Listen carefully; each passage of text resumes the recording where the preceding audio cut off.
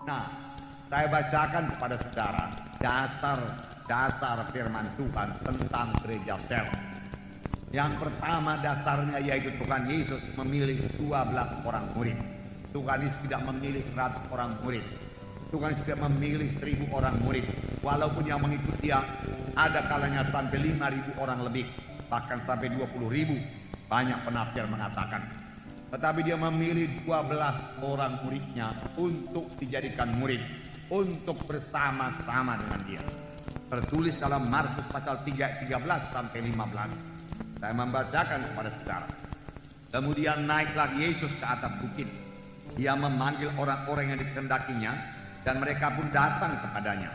Ia menetapkan 12 orang untuk diutusnya memberitakan Injil dan diberinya kuasa untuk mengusir setan. Puji Tuhan. Tuhan naik ke atas bukit. Ia memanggil orang-orang yang dikehendakinya. Ia menetapkan 12 orang, bukan pula 20 orang, 12 orang. Itulah dia kehendak Tuhan Yesus memuridkan 12 orang. Kalau kita dalam hidup kita ini saja pun sanggup memberikan 12 orang, sehingga mereka semua mengerjakan pekerjaan Tuhan sama seperti murid Yesus, saudara sudah berhasil. Tetapi firman Tuhan berkata pekerjaan-pekerjaan yang dikerjakan akan kamu kerjakan. Bahkan pekerjaan yang lebih besar daripada ini akan kamu kerjakan. Sebab aku pergi kepada Bapa. Tapi biarlah kita genap dahulu 12 orang murid, barulah kita naik lebih banyak lagi. Amin, saudara. Itu sebabnya jumlah jiwa-jiwa dalam KKS, dalam satu kebaktian kelompok sel, tidak melebihi 12 orang. Kalau sudah lebih 12 orang, kelompok sel itu sebelah jadi 2. Tetapi sebelumnya tentunya harus ada yang jadi murid yang bisa memimpin KKS. 12 orang kudusnya memberitakan Injil. Memberitakan Injil. Jadi dalam KKS ada pemberitaan Injil. Dalam kelompok sel ada pemberitaan Injil. Dan diberinya kuasa atas setan-setan. Jadi sekaligus Tuhan melengkapi. Tuhan bisa melengkapi. Dan Tuhan mau melengkapi kita. Untuk menjadi pemimpin kelompok sel, bukan berarti saudara mesti bertalenta luar biasa, berhikmat luar biasa, tidak. Tuhan Yesus memilih orang-orang yang biasa saja menjadi muridnya. Karena apa? Karena Tuhan Yesus lebih mementingkan penyerahan diri daripada kesanggupan. Kesanggupan bisa diberikan Tuhan, tapi penyerahan diri seseorang kepada Tuhan tidak bisa dipaksakan Tuhan. Itulah dari diri kita sendiri. Tapi saya percaya siapa yang menyerahkan diri kepada Tuhan akan diberkati Tuhan, akan dipakai Tuhan, akan dilengkapi Tuhan. Amin, saudara. Puji Tuhan. Kita lihat lagi yang kedua dasarnya, yaitu dari gereja pertama. Sidang pertama bertemu di rumah-rumah. Yang pertama bertemu di rumah-rumah juga pada waktu dia masih ke bait Allah.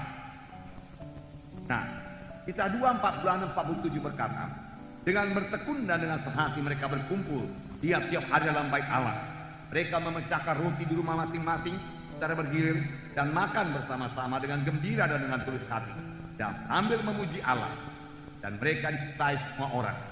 Dan tiap-tiap hari Tuhan menambah jumlah mereka dengan orang yang selamatkan. Nah, dengarkan baik-baik. Mereka masih berkumpul di bait Allah. Kita juga masih kebaktian minggu seperti ini. Ada kebaktian pemuda-pemudi, ada kebaktian kaum bapak, kaum ibu, dan lain seterusnya, ada 2 safar. Tetapi di samping itu mereka juga bertemu di rumah-rumah. Apakah mereka perbuat di rumah-rumah? Ini dikatakan mereka bersama-sama makan dengan gembira. Dengan gembira. Amin, saudara. Dalam KKS harus ada kegembiraan. Harus ada gembira dalam KKS. Kemudian dengan tulus hati sambil memuji Allah. Jadi dalam KKS ada pujian pada Tuhan, ada persekutuan dengan Tuhan, ada kegembiraan, ada sukacita dalam KKS, ada persekutuan satu sama lain dalam KKS. Saudara, itu bukan persekutuan doa, itu bukan hanya penelahan Alkitab, bukan. Itu lebih daripada hal-hal tersebut. Itu adalah persaudaraan, keluarga Allah. Amin, saudara. Kisah 20 ayat 20 saya bacakan. Sungguh pun demikian, aku tidak pernah melalaikan apa yang berguna bagi kamu. Ini Paulus berkata, aku tidak melalaikan apa yang berguna bagi kamu. Aku ajarkan semua.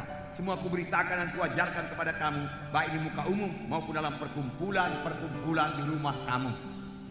Dalam perkumpulan di rumah kamu. Jadi sudah cukup banyak ayat saudaraku menerangkan bahwasanya mereka bertemu di rumah-rumah. Di rumah-rumah. Puji Tuhan. Gereja ini juga dimulai dalam pertemuan di rumah. Saudaraku.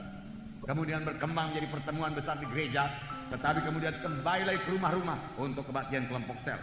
Roma 16 ayat 3 dan 5 berkata, sampaikan salam kepada Priska dan Aquila, teman-teman sekerjaku dalam Kristus Yesus. Salam juga kepada jemaat di rumah mereka. Jadi ada jemaat di rumah Aquila dan Priscilla. Ada jemaat, puji Tuhan, tidak heran Aquila dan Priscilla diberkati Tuhan, karena mereka menampung sidang Tuhan di rumahnya. Lalu dalam rumah itu hadir Roh Kudus, hadir kuasa Tuhan, sama sebagaimana rumah Obed-Edom diberkati dalam segala perkara karena dia menampung baik Allah di situ. Yang ketiga, mengapa perlu KKS ini? Ya, tidak seorang pun mempunyai seluruh karunia-karunia Tuhan. Tuhan mau memberikan karunia-Nya supaya saudara minta, supaya saudara merindu. Saudara bayarlah harganya dengan banyak berdoa, banyak berdoa, banyak berdoa, banyak berdoa. Rindu untuk melayani jiwa-jiwa, rindu untuk memberkati sidang Tuhan. Karena karunia Roh Kudus hanya diberikan untuk memberkati sidang Tuhan. Untuk kepentingan bersama, firman Tuhan berkata. Tuhan tidak memberikan karunia-karunia Roh Kudusnya kepada jiwa-jiwa yang tidak bersekutu dengan Tuhan, yang kurang peka kepada Tuhan. Sebab dalam menjalankan karunia-karunia Roh Kudus kita harus mendengar suara Tuhan. Untuk itu perlu persekutuan dengan Tuhan, perlu persekutuan yang dicapai dengan doa kepada Tuhan, doa kepada Tuhan. Tetapi tidak ada seorang pun punya 9 karunia. Hanya Tuhan Yesus yang punya seluruh karunia-karunia Roh Kudus. Kepada seorang dikaruniakan karunia menyembuhkan, yang lain karunia nubuat, yang lain karunia mengartikan makna nubuat, karunia hikmat, dan seterusnya. Tetapi kalau itu digabung maka itu menjadi lengkap.